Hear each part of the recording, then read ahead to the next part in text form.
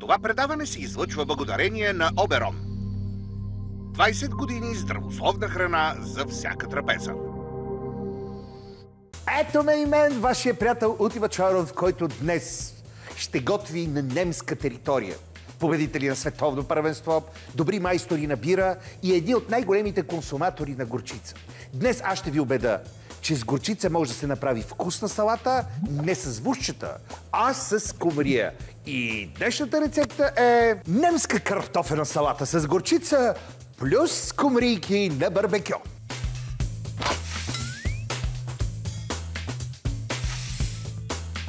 Да сложа едно тиганче на запаленото от мен котлонче, котлон на природна газ, защото цената има значение. Много пъти съм ви казал, че германците са една рационална нация, затова нека следваме и техните рационални съвети. Вижте ги колко са дръпнали в световен мащаб. Къде знам тази картофена салат? Моя приятел и колега Андре Токиев ми я направи, докато гледахме финала. И аз се радвах, разбира се, че неговите любимци, германците, победиха. А той, между другото, прави салатата студена. Аз днес ще направя една топла версия на тази салата, по-скоро като гарнитура, но вие, ако искате да охладите, нямам нищо против. Картофите, пататите на големи купчета и ще ги варим, но по специален метод. А той, методът е на пара. Става бързо и е много вкусно.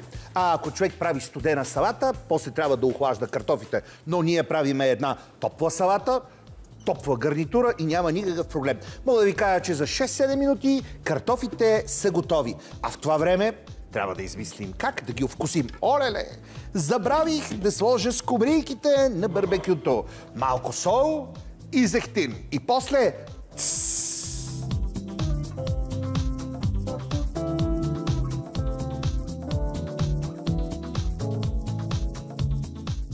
салатка, картофена, задължително лук. Как да го нарежем? Може и на купчета, може и на полумесеци. Няма да правим въпрос за това.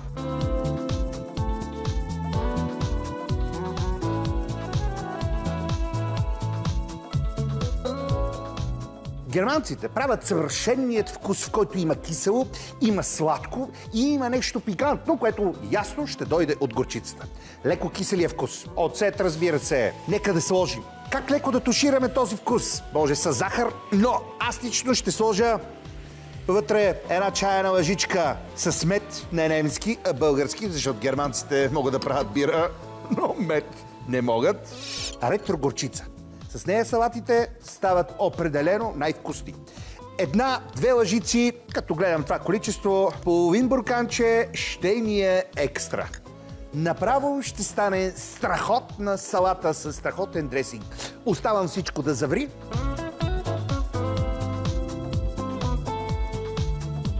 В този момент дърпам тиганчето, добавям за пинис, за благост, малко течна сметана и разбърквам.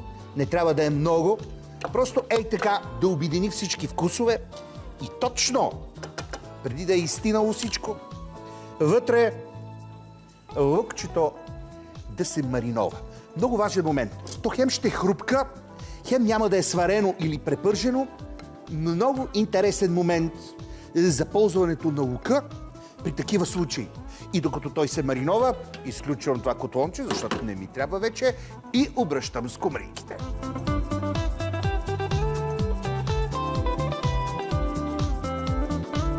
Скумрията е в изумително състояние на барбекюто, вие се убедихте в това нещо.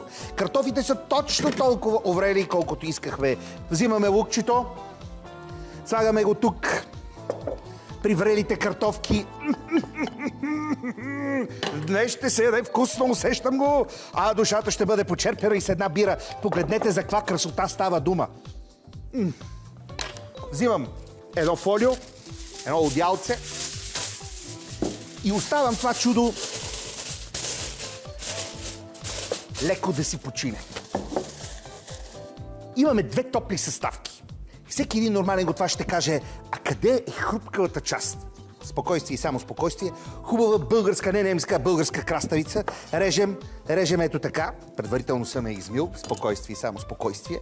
Взимам една лъжичка и правя ето така. Изгребвам почти до край семките и правя един дресинг. Малко оцет, малко мед и след това нарязаната по-иначе краставица слагам вътре с копър. Схванахте ли?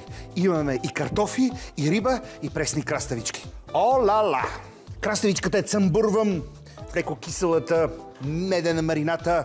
Избърсвам си ръчичките. Припомням ви, че след малко ще пием бира. Обаче, ако не сте забравили, нашия сайт, мобилно приложение ви очаква абсолютно безплатно. Припомням ви, че сега ще видите списъка с продуктите и техните актуални цени. И не забравяйте, че в събота от 6 часа с приятели сядаме на маса, за да обсъдиме всичко важно от живота, с изключение на омразната ни политика. Тя няма да е наш сътрапезник. Обещавам ви. Ще се видим след малко, когато ще се яде вкусно. Немска картофена салата с горчица и скумрия. Килограм картофи за 1 лев. Половин бурканче ретро горчица 60 стотинки. 2 глави лук 40 стотинки. Една свежа краставица 30 стотинки. Половин връзка копър 15 стотинки. И 4 броя неголеми скумрии за 7 лева. Или общо 9,50. Тази невероятна комбинация от горчица, картофи и скумрия днес само за 9,50. Страхотно е. Искам да видите как изглежда, защото трябва да влезнете в детайла.